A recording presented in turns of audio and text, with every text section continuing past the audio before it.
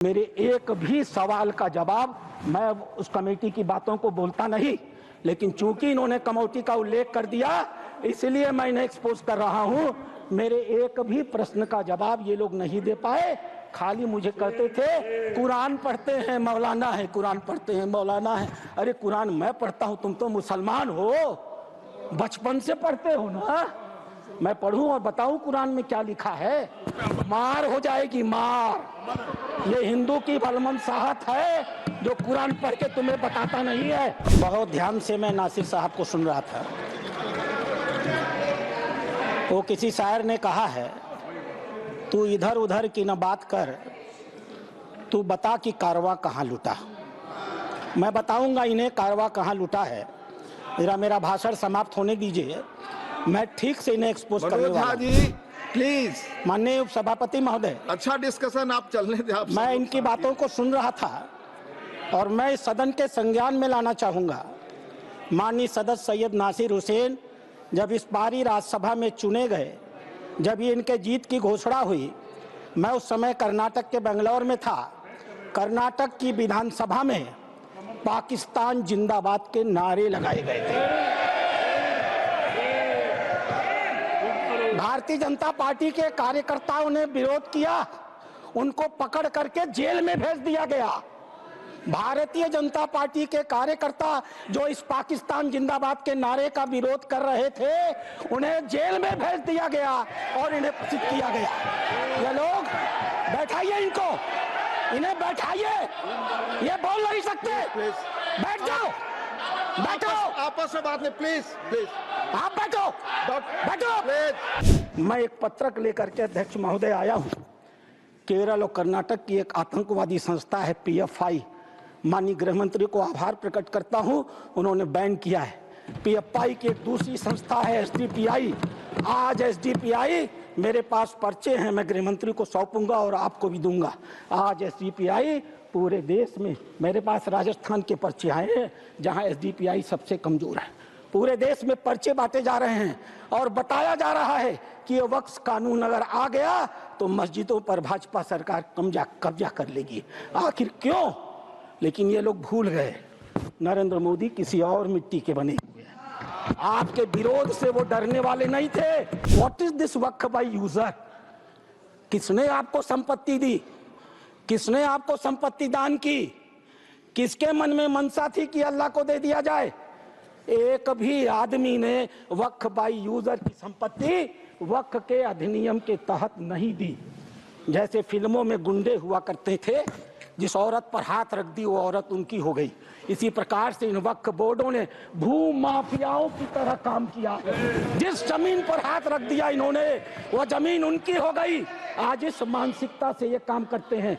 जमीनों पर मैं कानून लेकर के आया हूं। अध्यक्ष महोदय, इसी सदन में माननीय सदस्य झूठ बोल रहे थे, असत्य बोल रहे थे। 1995 का यह एक्ट है, धारा 40। द बोर्ड में इटसेल्फ कलेक्ट इंफॉर्मेशन। बोर्ड स्वतः इस बात की सूचना इकट्ठी कर सकता है। एक अपार्टमेंट में कोई परिवार चला जाए, किराए पर मकान ले ले, और ऐसी घटना हुई है अपार्टमेंट में, किराए पर मकान ले ले, अपने 4 मित्रों को बुला ले और नमाज पढ़ ले। 5वें दिन वो कह देगा हमने इस स्थान पर नमाज पढ़ी है, यह वक्फ बाय यूजर है, अब इसे वक्फ घोषित कर दो। और घोषित हो गई। अध्यक्ष महोदय, आपके पास एक बड़ी जमीन है, खाली पड़ी है, बगल में कुछ मुस्लिम परिवार रहते हैं, उन्हें नमाज पढ़ने के लिए कहीं जाना होता है, वो उस जमीन पर नमाज पढ़ ले। आप हिंदू हैं, आप मना नहीं करते। 5 दिन 7 दिन नमाज पढ़ने के बाद वो लिख के दे देंगे कि हम लोग इस जमीन पर नमाज पढ़ते थे, अब यह वक्फ बाय यूजर हो गई, अब इस जमीन पर किसी का कोई अधिकार नहीं रहेगा। मैं लगातार JPC में जितने भी विटनेस आते रहे, इनके बड़े बड़े धार्मिक मतावलंबी, मैं उनसे कुरान को कोट करके कहता रहा। मैं कुरान पढ़ता हूँ, कोई बुराई नहीं है किसी धर्म को पढ़ने में। मैंने कुरान को कोट करके कहा कि मौलवी साहब ये तो बताओ कि इस कुरान में या किस हदीथ में यह लिखा है कि अगर हमने कोई संपत्ति दान नहीं की तो तुम उसको वक्फ बाय यूजर मालिकाना मान लोगे। किसी के पास एक भी मेरे सवाल का जवाब नहीं दिया। इन लोगों ने क्या किया मालूम है? वो जो ओवैसी साहब वहां बैठते हैं ना, उन्होंने मेरा नाम रख दिया मौलाना डॉक्टर राधा मोहन अग्रवाल। अब इससे बड़ी मेरी जीत क्या हो सकती है? वीर बंधुदाई है कौन विपद का, हम दोषी किसको कहें तुम्हारे बद का। मरते हुए सैनिक ने कहा, यह गहन प्रश्न कैसे रहस्य समझाएं, 10-20 बधिक हो तो हम नाम गिनाएं। हर कदम कदम पर खड़ा यहाँ पातक है, हर तरफ लगाए घात बड़ा घातक है। घातक है देवता सदस्य दिखता है, पर कमरे में वह गलत हुक्म लिखता है। जिस पापी को गुण नहीं गोत्र प्यारा है, समझो उसने ही हमें आज मारा है। जो सत्य जानकर भी न सत्य कहता है, या किसी लोभ के विवश चुप रहता है, उस कुटिल राजतंत्री करदय को धिक है। वह मूक सत्यहंता कम नहीं बधिक है। चोरों के जो हितु ठगों के बल हैं, जिनके प्रताप से पलते पाप सकल हैं। जो छल प्रपंच सबको प्रश्रय देता है, या चाटुकार जन की सेवा लेता है, यह पाप उन्हीं का हमको sir please conclude sir. Bharat अपने ही घर में हार गया है। Doctor Radha Mohan Das Agrawal, no more, no please. उन्हें बैठा दें, नहीं जा रहा है, बैठाएं। आप बोले, आप बोले। माननीय उपसभापति महोदय, बहुत ध्यान से मैं नासिर साहब को सुन रहा था। वो किसी शायर ने कहा है, तू इधर उधर की न बात कर, तू बता कि कारवां कहाँ लुटा। मैं बताऊंगा इन्हें कारवां कहाँ लुटा है। मेरा भाषण समाप्त होने दीजिए, मैं ठीक से इन्हें एक्सपोज करने वाला हूं। जी प्लीज। माननीय उपसभापति महोदय, अच्छा डिस्कशन आप चलने दें। आप मैं इनकी बातों को सुन रहा था और मैं इस सदन के संज्ञान में लाना चाहूंगा। माननीय सदस्य सैयद नासिर हुसैन जब इस बारी राज्यसभा में चुने गए, जब ये इनके जीत की घोषणा हुई, मैं उस समय कर्नाटक के बेंगलोर में था। कर्नाटक की विधानसभा में पाकिस्तान जिंदाबाद के नारे लगाए गए थे। भारतीय जनता पार्टी के कार्यकर्ताओं ने विरोध किया, उनको पकड़ करके जेल में भेज दिया गया। भारतीय जनता पार्टी के कार्यकर्ता जो इस पाकिस्तान जिंदाबाद के नारे का विरोध कर रहे थे, उन्हें जेल में भेज दिया गया और इन्हें प्रसिद्ध किया गया। ये लोग, बैठाइए इनको, इन्हें बैठाइए, ये बोल नहीं सकते। बैठ जाओ, बैठो। आपस में बात नहीं, प्लीज प्लीज। आप बैठो, बैठो प्लीज, प्लीज आपस में बात नहीं, आपस में बात महोदय। आप चेयर को संबोधित कर, हम लोग नहीं, चेयर को संबोधित करें। सभापति महोदय प्लीज, आप चेयर को संबोधित करें। सभापति महोदय, आज देश के लिए गौरव का दिन है। देश के आम मुसलमान के लिए, देश के गरीब मुसलमान के लिए, देश के पसमंद बीच में टोका टोकी नहीं होगी, तो दोनों के लिए होना चाहिए। फिर तो please please please Nasir ji, please please. झूठ बकवास सब उपसभापति महोदय नहीं जा रहा, आप रिकॉर्ड पे नहीं जा रहा, बैठ जाइए। उपसभापति महोदय, आज का दिन गरीब मुसलमानों के लिए, पसमानदा मुसलमानों के लिए, तलाकशुदा महिला बहनों के लिए, विधवा महिला बहनों के लिए, अनाथ बच्चों के लिए आज ऐतिहासिक दिन है। एक क्रांतिकारी परिवर्तन आने जा रहा है। पूरी की पूरी इस गरीब समाज, मुस्लिम समाज की आर्थिक और सामाजिक व्यवस्था में यह वक्फ अधिनियम क्रांतिकारी परिवर्तन लाने जा रहा है। मैं आभारी हूं माननीय मोदी जी का, जिन्होंने इस महान विधेयक को इस सदन में लाने का काम किया। अध्यक्ष महोदय, हम हिंदू हैं, हम लगातार अपने समाज में परिवर्तन की बात करते हैं। हमने लगातार अपनी समाज की बुराइयों के विरुद्ध संघर्ष किया है। इतिहास बड़ा गवाह है, हमारे यहाँ सती प्रथा होती थी, हमने सती प्रथा निषेध अधिनियम लाया। हमारे यहाँ बाल विवाह होता था, हमने बाल विवाह निषेध अधिनियम लाए। हमारे यहाँ विधवा विवाह नहीं होते थे, हमने विधवा विवाह अधिनियम लाया। आश्चर्य की बात होती है जब इस समाज की चर्चा होती है, आश्चर्य की बात होती है इन 75 सालों के अंदर एक बार भी मुस्लिम समाज के संशोधन को लेकर, सुधार को लेकर के, एक गरीब मुसलमान की जीवन की बेहतरी को लेकर के एक बार भी किसी प्रकार के सुधार आंदोलन को इस सदन में लाने का काम नहीं किया। आज यह पहली बार है और हमें गर्व है अपने प्रधानमंत्री पर, नरेंद्र मोदी पर, जिन्होंने इस मुस्लिम समाज के सुधार के ऐतिहासिक विधेयक को लाने का काम किया है। 2014 में माननीय प्रधानमंत्री बने थे। उनके दृष्टि में कभी हिंदू और मुसलमान नहीं होता था, उनका सिर्फ एक नजरिया होता था, गरीब और अमीर। आप गौर कीजिएगा, यह सदन गौर करेगा। हम जनधन योजना लेकर के आए, 42% लाभार्थी मुस्लिम थे। हम प्रधानमंत्री आवास योजना लेकर के आए, 31% लाभार्थी मुस्लिम थे। हम उज्ज्वला योजना लेकर के आए, 37% लाभार्थी मुस्लिम थे। हम मुद्रा योजना लेकर के आए, 36% लाभार्थी मुस्लिम थे। हम स्किल इंडिया लेकर के आए, 22.7% लाभार्थी मुस्लिम थे। हमने प्रधानमंत्री एम्प्लॉयमेंट गारंटी प्रोग्राम चलाया, अध्यक्ष महोदय 70% अधिक मुसलमानों ने उस योजना का इस देश में लाभ लिया। मेरे पार्टी की बैठक है, मुझे बताना नहीं चाहिए, लेकिन मैं कहूंगा, माननीय प्रधानमंत्री इसी बाल योगी सभागार में हम सारे सांसदों की बैठक ले रहे थे। उन्होंने क्या कहा हमसे? उन्होंने कहा, लोग कहते हैं कि मुसलमान भाजपा को वोट नहीं देते। आपको याद होगा मित्रों, उन्होंने कहा नहीं, ये गलत है, देते हैं। और अगर मान लिया जाए कि नहीं देते हैं तो इसका मतलब क्या है? क्या वो देश के नागरिक नहीं है? क्या उनके काम नहीं होने चाहिए? क्या उनका विकास का काम नहीं होना चाहिए?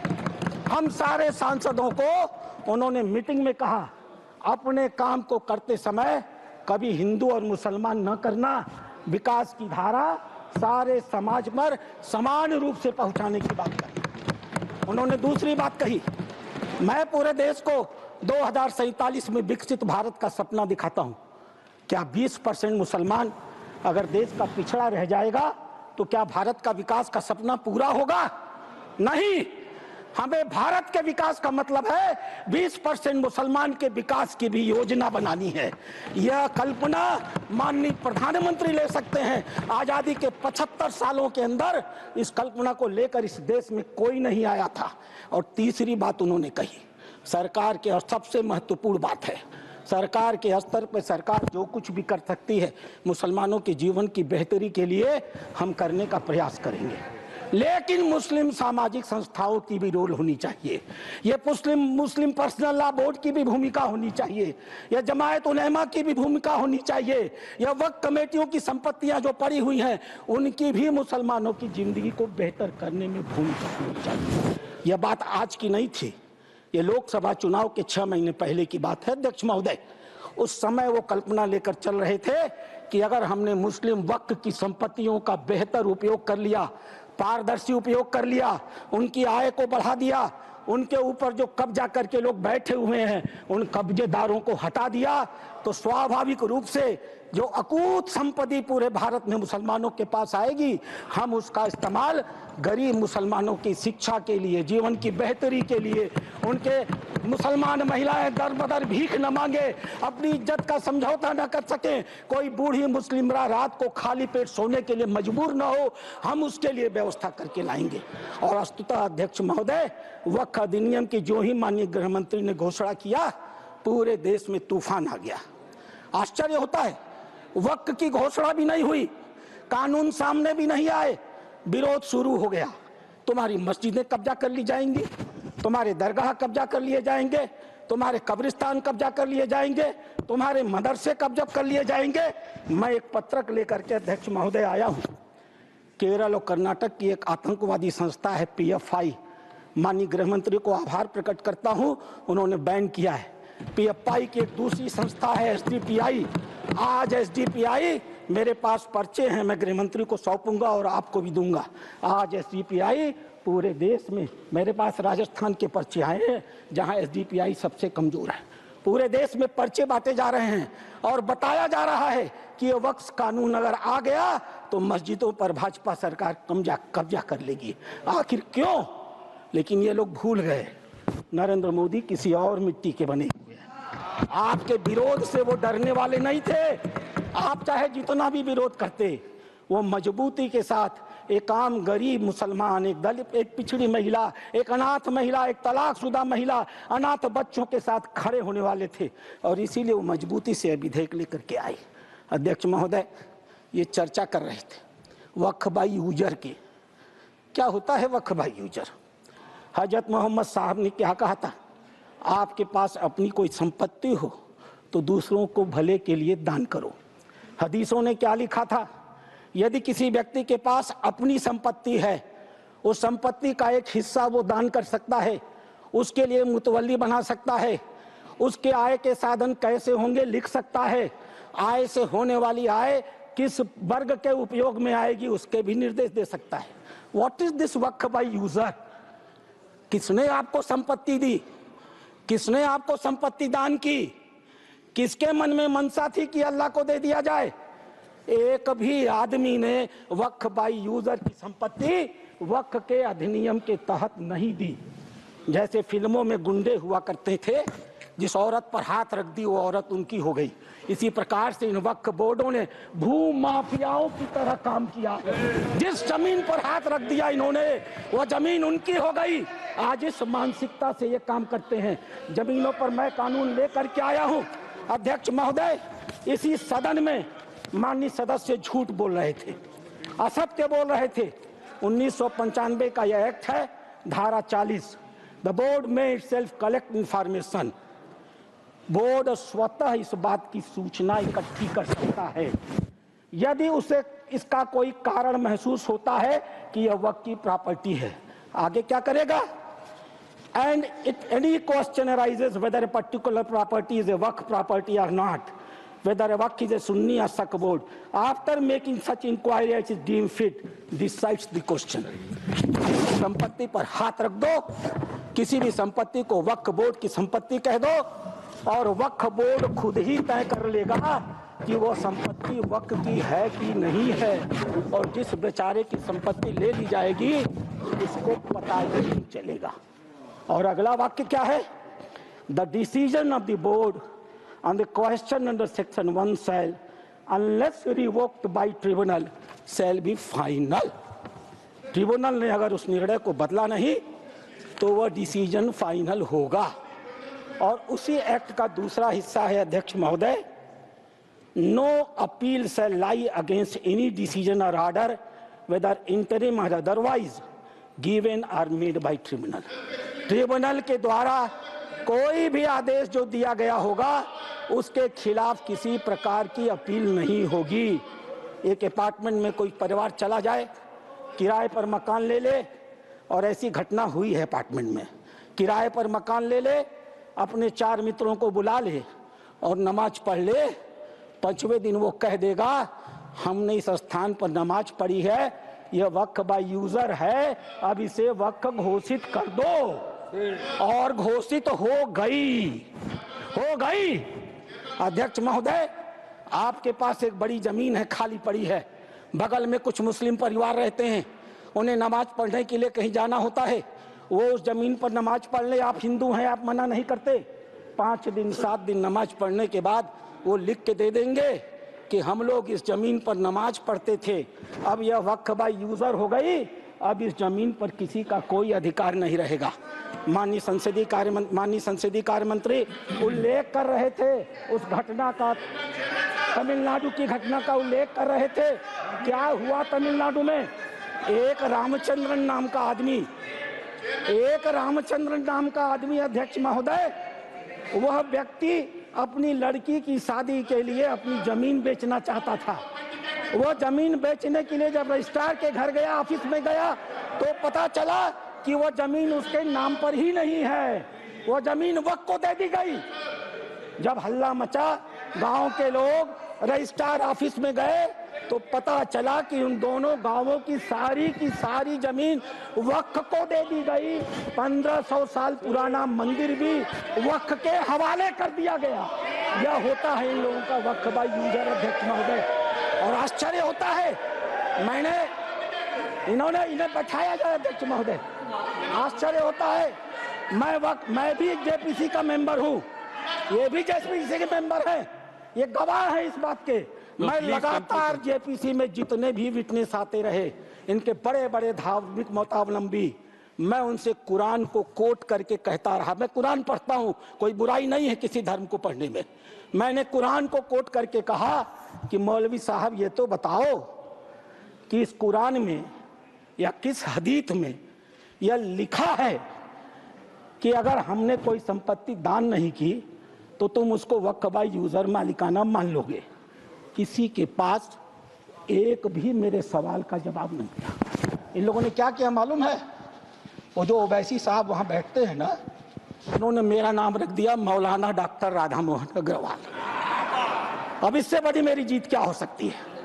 मैंने इनसे पूछा, इस बात पर बहस होती है कि डीड लिखित गया या नहीं। मैंने इनसे कहा, जब हजरत मोहम्मद साहब ने अपने आयतों में लिखा है, 3 आयतें हैं, 4, आप चाहिएगा तो मैं पेश करूंगा। 4 आयतें हैं जहां हजरत मोहम्मद साहब कहते हैं एक भी पैसा अगर किसी को दो तो उसको लिखो, उसका उदाहरण दो, उसका विटनेस बनाओ, ताकि ताकीद रहे कि कल तुम्हारे देने को कोई चुनौती न दे पाए। एक भी पैसा दो तो लिखित दो। और तुम कहते हो कि तुम्हारे पास ये सारी संपत्तियां हैं जिसका कोई लिखित रिकॉर्ड नहीं है, फिर भी वक्फ है। मेरे एक भी सवाल का जवाब, मैं उस कमेटी की बातों को बोलता नहीं, लेकिन चूंकि इन्होंने कमेटी का उल्लेख कर दिया इसलिए मैं इन्हें एक्सपोज कर रहा हूं। मेरे एक भी प्रश्न का जवाब ये लोग नहीं दे पाए। खाली मुझे कहते थे कुरान पढ़ते हैं मौलाना है, कुरान पढ़ते हैं मौलाना है। अरे कुरान मैं पढ़ता हूं, तुम तो मुसलमान हो, बचपन से पढ़ते हो ना। मैं पढ़ूं और बताऊं कुरान में क्या लिखा है? मार हो जाएगी, मार। ये हिंदू की भलमन साहत है जो कुरान पढ़ के तुम्हें बताता नहीं है। अध्यक्ष महोदय दूसरी चीज, अध्यक्ष महोदय दूसरी चीज, सरकार इनकी थी, इन्होंने वक्फ को अभय दान दे दिया। और क्या नारा दिया? जो जमीन सरकारी है वो जमीन हमारी है। सरकारी संपत्तियों पर कब्जा करने का ऐतिहासिक इन्होंने कर्म काहे किया है। उत्तर प्रदेश की 74% वक्फ की संपत्तियां सरकारी जमीन पर कब्जा करके बनी है। तेलंगाना में 50% की संपत्तियां सरकारी जमीन पर कब्जा करके बनी है। पूरा अभयदान इनको मिला था अध्यक्ष महोदय, और उसका फल क्या हुआ? 2006 में सच्चर कमेटी की रिपोर्ट आई। सच्चर कमेटी ने कहा 4,50,000 संपत्ति है और 6 लाख एकड़ जमीन है। आज 2024 में 8,72,000 संपत्ति है और 37,94,000 एकड़ जमीन है। 2006 से 2023 6 लाख एकड़ से बढ़ करके 37,94,000 एकड़ जमीन इनकी हो गई। इन्हें बताना तो पड़ेगा सभापति महोदय कि आखिर 31 लाख अतिरिक्त जमीन इन्होंने पाई से कहां से है। इन्हें उसका उदाहरण देना पड़ेगा। अध्यक्ष महोदय, जितना ये कांग्रेस के पहले वक्ता रहे हैं, जितना समय ये बोले हैं, मैं भी उतना ही समय बोलने वाला हूं। यह मेरा अधिकार है सभापति महोदय। मैं एक बात कहना चाहूंगा अध्यक्ष महोदय, इन्होंने चर्चा किया कर्नाटक के हैं, ये मेरे पास प्लीज कंक्लूड सर। अध्यक्ष महोदय, मेरे पास ये रिपोर्ट है। यहां बोलने के पहले मैंने इस रिपोर्ट को ऑथेंटिकेट किया है। माननीय उपराष्ट्रपति महोदय के पास इसको लिख करके भेजा है। ये सांसद महोदय कर्नाटक के हैं, पाकिस्तान जिंदा वाले। एक शब्द भी इन्होंने इस रिपोर्ट के बारे में नहीं बोला। यह रिपोर्ट जेपीसी में प्रस्तुत हुई है, और जेपीसी में प्रस्तुत हुई है तो यह ऑफिशियल डॉक्यूमेंट है। यह रिपोर्ट मैं पढ़ूंगा अध्यक्ष महोदय, यह मेरा अधिकार है। मैं आपको बताऊंगा कि कर्नाटक के अंदर किन किन नेताओं ने वक्फ की कितनी कितनी संपत्तियों पर कब्जा कर डाला है। नाम पढ़ता हूं मैं। Kamrul Islam foreign minister, Suryavanshi ex MP, CM Ibrahim ex union minister, Rahman Khan ex union minister, Abdulla Sharif Waqf board official, NA Haris MLA, MA Khalid ex CO, Mumtaz Ahmed Khan chairman, Mohammed Sanaulla IAS, mister Sindhu Giri former minister, MF Pasha IPS, Khaneez Fatima MLA, CK Jaffer Sharief foreign minister. और एक नाम अध्यक्ष महोदय, प्लीज कंक्लूड, एक नाम अध्यक्ष महोदय, we will take it from the party सदन time. की मर्यादा में, Sir, please conclude, otherwise we have to take it from the party time. मैं कंक्लूड कर रहा हूं। इस सदन की मर्यादा में मैं एक नाम लेने से इनकार करता हूं। वो इस समय सदन में है भी नहीं। नाम क्या है अच्छी तरह से जानते होंगे। अध्यक्ष महोदय, अध्यक्ष महोदय, मैं अपनी बातें समाप्त करूंगा। रामधारी सिंह दिनकर की एक कविता के साथ, सीमा पर एक सैनिक मर रहा था। मैं कंक्लूड कर रहा हूं। सीमा पर एक सैनिक मर रहा था। मरते हुए सैनिक से एक कवि ने पूछा, हे वीर बंधुदाई है कौन विपद का, हम दोषी किसको कहें तुम्हारे बद का। मरते हुए सैनिक ने कहा, यह गहन प्रश्न कैसे रहस्य समझाएं, 10-20 बधिक हो तो हम नाम गिनाएं। हर कदम कदम पर खड़ा यहाँ पातक है, हर तरफ लगाए घात बड़ा घातक है। देवता सदस्य दिखता है पर कमरे में वह गलत हुक्म लिखता है। जिस पापी को गुण नहीं गोत्र प्यारा है, समझो उसने ही हमें आज मारा है। जो सत्य जानकर भी न सत्य कहता है, या किसी लोभ के विवश चुप रहता है, उस कुटिल राजतंत्री करदय को धिक है। वह मूक सत्यहंता कम नहीं बधिक है। चोरों के जो हितु ठगों के बल हैं, जिनके प्रताप से पलते पाप सकल हैं। जो छल प्रपंच सबको प्रश्रय देता है, या चाटुकार जन की सेवा लेता है, यह पाप उन्हीं का हमको sir please conclude sir. Bharat अपने ही घर में हार गया है।